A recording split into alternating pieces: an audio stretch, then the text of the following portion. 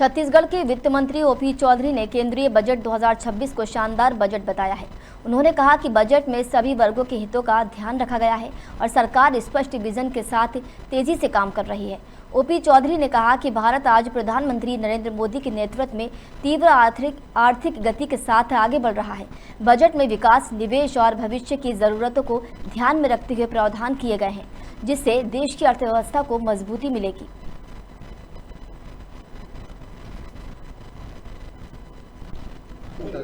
आज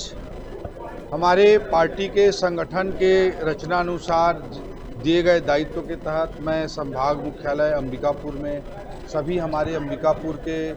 इंटेलेक्चुअल्स, बुद्धिजीवी, सीए, व्यापारी साथी, चैम्बर के साथी, जनप्रतिनिधिगण सबके साथ बैठ करके मैं बजट का श्रवण किया और हम सब यहाँ उपस्थित सैकड़ों की संख्या में उपस्थित रहे। और आज हमने निर्मला सीतारमण जी,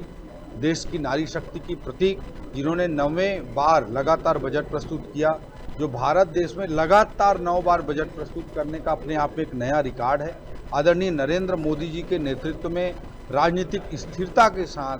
भारत देश की जनता जनार्दन के आशीर्वाद के साथ नरेंद्र मोदी जी की सरकार तेजी से काम कर रही है और एक स्पष्ट विजन के साथ 2047 के विकसित भारत के विजन के साथ ये सरकार काम कर रही है। और हर बजट दर बजट उस विजन की ओर एक एक बड़े कदम के रूप में एक एक बजट को आप देख सकते हैं। लॉन्ग टर्म विजन है 2047 का, उसका मिड टर्म टारगेट भी है और एक शॉर्ट टर्म टारगेट के रूप में, ईयरली टारगेट के रूप में, एक वर्ष के टारगेट के रूप में हर बजट को आप देख सकते हैं। अगर क्रिटिकल मिनरल्स की बात होती है, रेयर अर्थ मिनरल्स की बात होती है, एआई मिशन की बात होती है, वाटरवेज को आगे बढ़ाने की बात होती है, डेडिकेटेड फ्रेट कॉरिडोर की बात होती है,